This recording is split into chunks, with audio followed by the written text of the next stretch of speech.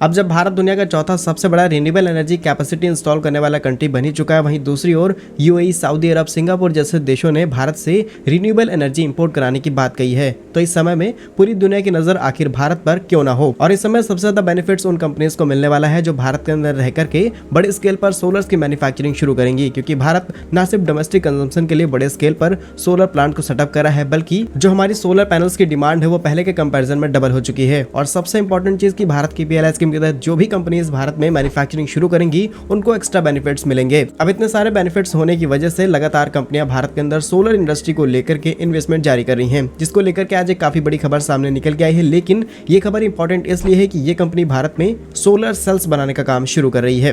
पूरी डेवलपमेंट क्या है, छोटे से वीडियो में समझते हैं। बस हमें सपोर्ट करने के लिए इस वीडियो को लाइक और चैनल को सब्सक्राइब जरूर कीजिएगा। दोस्तों, जहां south Africa based company renaissance solar and electronic materials ने ऑफिशियली चीज की अनाउंसमेंट किया है कि वो भारत के अंदर $300 मिलियन की इन्वेस्टमेंट करके एक नई यूनिट को सेटअप करेंगे और भारत के अंदर सोलर सेल्स को मैन्युफैक्चर करने का काम शुरू किया जाएगा। और वो अपने ये ऑपरेशंस भारत के साथ साथ यूनाइटेड स्टेट के अंदर भी ऑपरेशन करने वाले हैं। और ये भारत के लिए बहुत ही ज्यादा इंपॉर्टेंट है, क्योंकि भारत आज बड़े स्केल पर China, south Korea and Germany से इन सोलर सेल्स को इंपोर्ट कराने का काम करता है। कंपनी के मुताबिक कंपनी 3 सालों के अंदर अपनी इस पूरी इन्वेस्टमेंट को भारत के अंदर कर देगी। इनिशियली फेज में 1000 लोगों को रोजगार दिया जाएगा और टोटल इस कैपेसिटी में करीब 3000 लोगों को रोजगार दिया जाएगा। इनिशियली जो कैपेसिटी रहने वाली है वो 5 गीगावाट की रहेगी, लेकिन इसे बढ़ा करके 20 गीगावाट तक कंपनी के टारगेट है। कंपनी की पहली शुरुआत 2025 में हो जाएगी और 2026 तक कंपनी अपनी मैक्सिमम कैपेसिटी के साथ में भारत के अंदर प्रोडक्शन कर देगी। और कंपनी की फ्यूचर प्लानिंग ये भी है कि भारत की पीएलआई स्कीम के तहत ये पार्टिसिपेट भी कर सकती है। देखिए, अगर कुछ इंपॉर्टेंट फिगर्स की बात की जाए तो वाकई भारत की सोलर इंडस्ट्री काफी बड़ी स्केल पर बढ़ने वाली इंडस्ट्री है।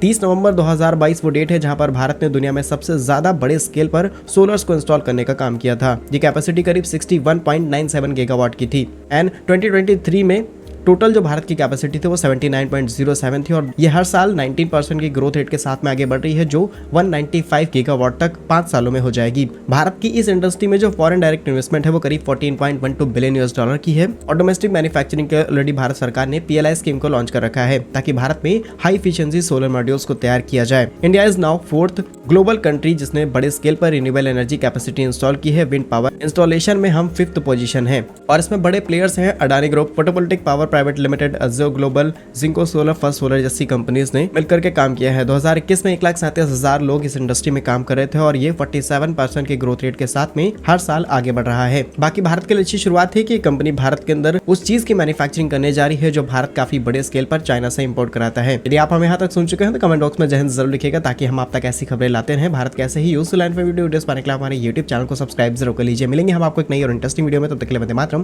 भारत माता की जय।